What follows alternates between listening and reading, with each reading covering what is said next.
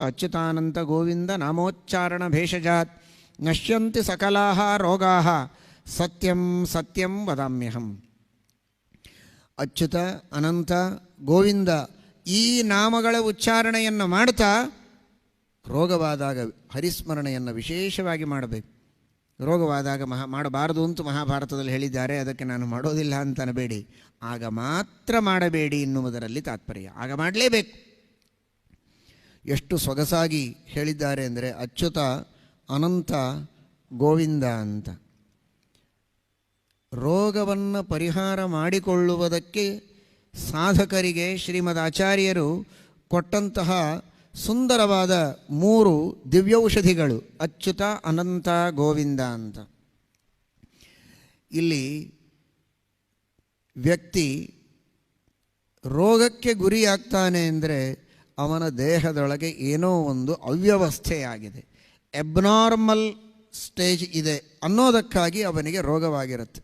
ಅಂದರೆ ಚ್ಯುತ, ಯಾವ ಅಂಗಗಳು ದೇಹದೊಳಗಿನ ಏನೇನು ವಸ್ತುಗಳು ಎಲ್ಲೆಲ್ಲಿ ಯಾವ ಸ್ಥಾನದಲ್ಲಿರಬೇಕು ಅಲ್ಲಿ ಇಲ್ಲ, ಅವು ಚ್ಯುತವಾದರೆ ಇವನಿಗೆ ರೋಗ.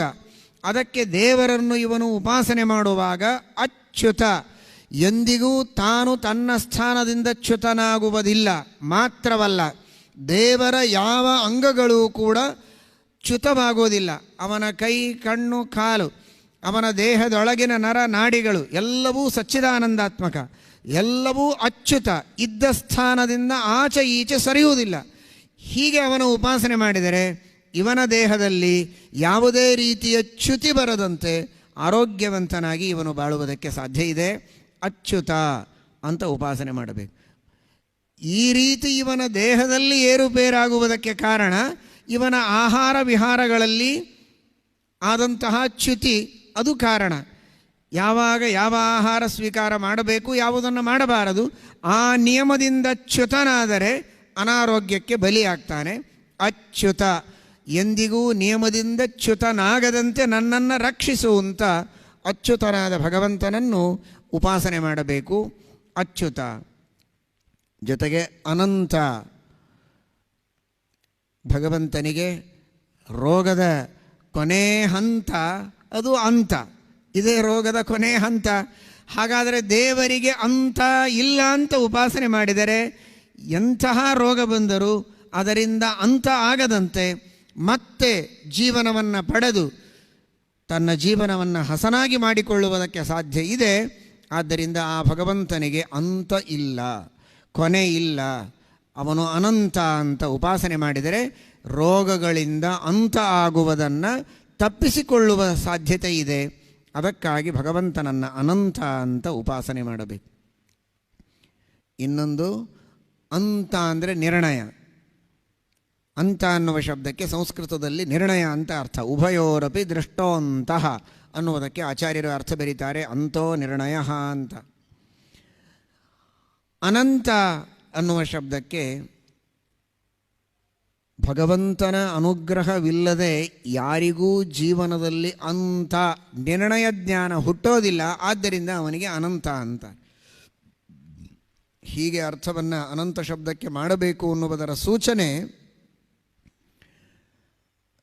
ಅವಾಕ್ಯ ಎಂಬ ಶಬ್ದಕ್ಕೆ ಪ್ರಮೇಯ ದೀಪಿಕಾದಲ್ಲಿ ಟೀಕಾಕೃತ್ಪಾದರು ಗೀತಾಭಾಷ್ಯಕ್ಕೆ ವ್ಯಾಖ್ಯಾನ ಮಾಡುವಾಗ ಸೂಚನೆ ಮಾಡುತ್ತಾರೆ. ಭಗವಂತನನ್ನು ಛಾಂದೋಗ್ಯದಲ್ಲಿ ಅವಾಕ್ಯ ಅಂತ ಕರೆದಿದ್ದಾರೆ, ಅವಾಕ್ಯ ನಾದರಹ ಅಂತ.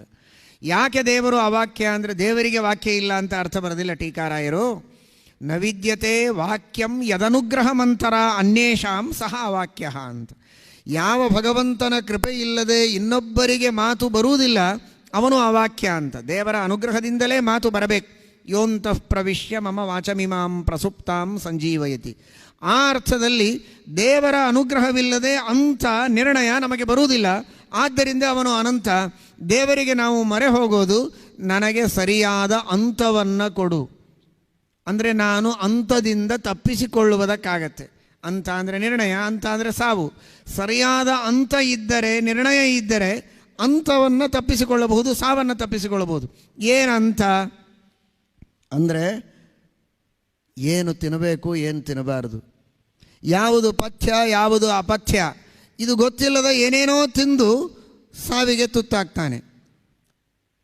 ಇವನು ಡಾಕ್ಟರ್ ಹತ್ರ ಹೋಗುವಾಗ ಅದು 4th ಸ್ಟೇಜ್ ಇರುತ್ತೆ.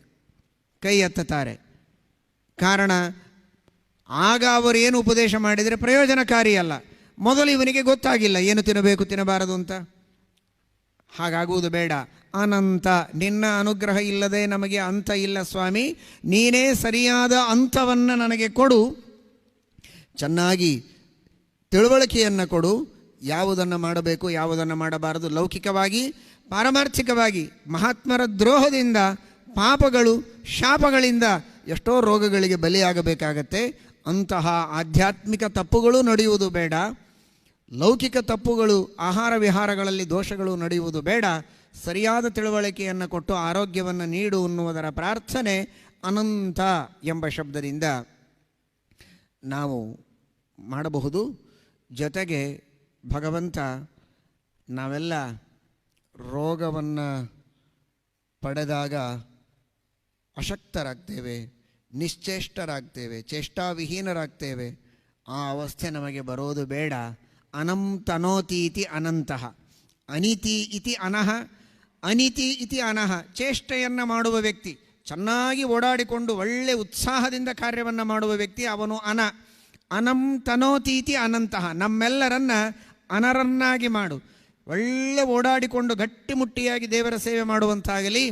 ಕೈಕಾಲು ಬಿದ್ದೋಗಿ ಹಾಸಿಗೆ ಹಿಡಿಯುವಂತೆ ಆಗುವುದು ಬೇಡ. ಶಯಂತ ಆಗಬೇಡ, ಅನಂತ ಆಗು. ನಮ್ಮನ್ನು ಮಲಗಿಸುವವನಾಗಬೇಡ. ನಮ್ಮನ್ನು ನೀನು ಯಾವಾಗಲೂ ಚೇಷ್ಟೆ, ಉತ್ತಮವಾದ ಚೇಷ್ಟೆಯನ್ನು ಮಾಡುವಂತೆ ಸಶಕ್ತರನ್ನಾಗಿ ಮಾಡಿ ಉದ್ಧಾರ ಮಾಡುವಂಥ ಆ ಪರಮಾತ್ಮನನ್ನು ಅನಂತ ಎಂಬುದಾಗಿ ನಾವು ಉಪಾಸನೆ ಮಾಡಬೇಕು. ಗೋವಿಂದ. ಆರೋಗ್ಯಂ ಭಾಸ್ಕರಾದಿಚ್ಛೇತ್. ಆರೋಗ್ಯಕ್ಕೆ ಸೌರಶಕ್ತಿ ಇದು ಬಹಳ ಮುಖ್ಯವಾದದ್ದು. ಸೂರ್ಯಾಂತರ್ಗತ ನಾರಾಯಣನ ಕೃಪೆ ಜೊತೆಗೆ ಆ ಭಗವಂತನ ಅಧಿಷ್ಠಾನವಾದ ಸೂರ್ಯಮಂಡಲದ ಕಿರಣಗಳು ಸೌರಶಕ್ತಿ.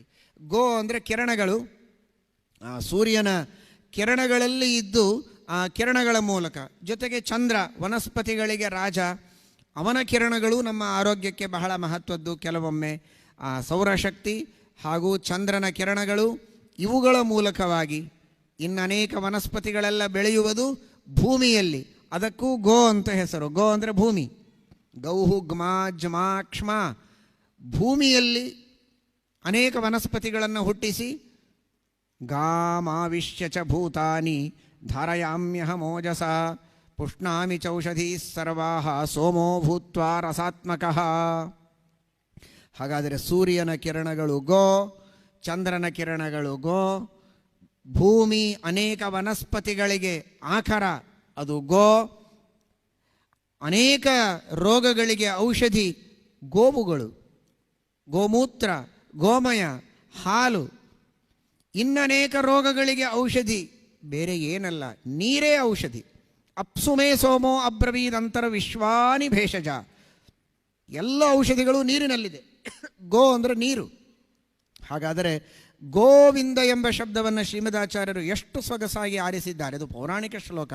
ಶ್ರೀಮದಾಚಾರ್ಯರು ಕೃಷ್ಣಾಮೃತ ಮಹಾರಣವದಲ್ಲಿ ಸಂಗ್ರಹಿಸಿ ನಮಗೆ ಅನುಗ್ರಹ ಮಾಡಿದ್ದಾರೆ ಎಂದರೆ, ನೀರಿನಲ್ಲಿ, ಹಾಲಿನಲ್ಲಿ, ತುಪ್ಪದಲ್ಲಿ, ಗೋಮಯ ಗೋಮೂತ್ರಗಳಲ್ಲಿ, ಭೂಮಿಯಲ್ಲಿ, ಸೂರ್ಯಚಂದ್ರರ ಕಿರಣಗಳಲ್ಲಿ, ಇವುಗಳೆಲ್ಲವುಗಳಲ್ಲಿ ಇದ್ದು ಎಲ್ಲಕ್ಕೂ ಮೇಲಾಗಿ ಇಷ್ಟೊತ್ತು ಕೇಳಿದಂತೆ ಕರ್ಮ ವಿಪಾಕದ ಪ್ರಾಯಶ್ಚಿತ್ತಗಳಲ್ಲಿ ಹೇಳಿದಂತೆ ನಮ್ಮ ಎಲ್ಲ ಪಾಪಗಳ ಪರಿಹಾರಕ್ಕೆ ಅನೇಕ ತರಹದ ಪ್ರಾಯಶ್ಚಿತ್ತಗಳನ್ನು ಹೇಳುವಾಗ ವೇದಮಂತ್ರಗಳ ಮೂಲಕವಾಗಿ ಶಾಸ್ತ್ರದಲ್ಲಿ ಹೇಳಿದ ಅನೇಕ ಜಪಗಳನ್ನು ಮಾಡಿ ಪರಿಹಾರ ಮಾಡಿಕೊಳ್ಳುವುದಕ್ಕೆ ಹೇಳ್ತಾರೆ. ಗೋ ಅಂದರೆ ವಾಕ್.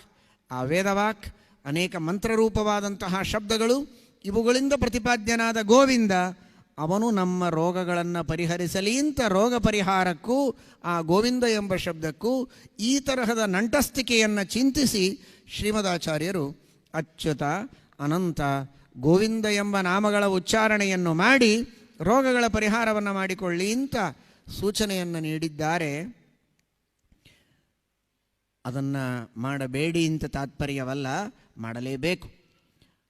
ಅದು ಉಳಿದ ಹೊತ್ತಿಗೆ ದೇವರ ಸುದ್ದಿಯೇ ಇಲ್ಲದಂತೆ ಕೇವಲ ರೋಗವಾದಾಗ ಮಾತ್ರ ದೇವರನ್ನು ಈ ರೀತಿ ನೆನೆಸ್ತೇನೆ ಅಂದರೆ ಅದು ತಪ್ಪು.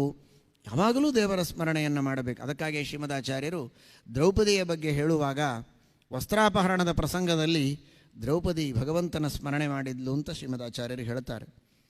ಎಲ್ಲರ ಮನಸ್ಸಿನಲ್ಲಿ ಈ ಪ್ರಶ್ನೆ ಬರ್ಬೋದಲ್ಲ, ನಮ್ಮಂಥವರಾದರೆ ಅಡ್ಡಿ ಇಲ್ಲ, ದ್ರೌಪದಿ ಹೀಗೆ ಮಾಡಬೇಕಾ? ಯಾವಾಗಲೂ ದೇವರ ಸ್ಮರಣೆ ಮಾಡಬೇಕಲ್ವಾ? ವಸ್ತ್ರಾಪಹರಣೆ ಮಾಡುವಾಗ ದೇವರ ಸ್ಮರಣೆ ಮಾಡಿದಲ್ಲ ಅಂದರೆ ಶ್ರೀಮದಾಚಾರ್ಯರು ನಿರ್ಣಯ ನೀಡುತ್ತಾರೆ. ವಿಶೇಷತಃ ಅಂತೂ ಒಂದು ಶಬ್ದ ಹಾಕ್ತಾರೆ. ವಿಶೇಷತಃ ಸಸ್ಮಾರ ಕೃಷ್ಣಂ ಸಸ್ಮಾರ ಸುವಿಶೇಷತೋಪಿ ಅಂತ ನಿತ್ಯದಲ್ಲಿ ಸ್ಮರಣೆ ಮಾಡ್ತಾಳೆ. ಅವರ ಸ್ವಾಮಿಯಾದ ವಾಯುದೇವರು ನಹಿ ಹರಿಂ ಸತತಂ ನನಮತ್ಯಸೌ ನಚ ನ ಪಶ್ಯತಿ ನಾಪಿ ನವಂದತೆ ಅಂತಾದರೆ, ಮಡದಿಯಾದ ಭಾರತೀಯೂ ಹಾಗೆ ನಹಿ ಹರಿಂ ಸತತಂ ನನಮತ್ಯಸೌ ನಚ ನ ಪಶ್ಯತಿ ನಾಪಿ ನವಂದತೆ. ಯಾವಾಗಲೂ ಭಾರತೀದೇವಿ ಹರಿಸ್ಮರಣೆ ಮಾಡುವವಳೆ. ವಿಶೇಷ ಸ್ಮರಣೆಯನ್ನು ಮಾಡಿದಳು ಅಂತ ಮಾತ್ರ ತಿಳಿಯಬೇಕೇ ಹೊರತು ಉಳಿದ ಹೊತ್ತು ಸ್ಮರಣೆ ಇರಲಿಲ್ಲ ಅಂತ ಭಾವಿಸಬಾರದು ಅಂತ ಶ್ರೀಮದಾಚಾರ್ಯರು ನಿರ್ಣಯವನ್ನು ನೀಡಿದ್ದಾರೆ. ಅದೇ ರೀತಿ ನಾವು ಕೂಡ ಅಂತಹ ದೊಡ್ಡ ಯೋಗ್ಯತೆಯಲ್ಲ, ಕಾಲಕಾಲಕ್ಕಾದರೂ ಭಗವಂತನ ಸ್ಮರಣೆಯನ್ನು ಮಾಡಬೇಕು, ದಾನ ಧರ್ಮಗಳನ್ನು ಮಾಡಬೇಕು. ಕಷ್ಟಗಳಾದಾಗ ವಿಶೇಷವಾಗಿ ಮಾಡಿ, ತಪ್ಪಿಲ್ಲ. ಆದರೆ ನಿರಂತರ ಇರಬೇಕು ಅನ್ನುವ ಸೂಚನೆಯನ್ನು ರುದ್ರದೇವರು ಈ ಮೂಲಕವಾಗಿ ನೀಡುತ್ತಾರೆ.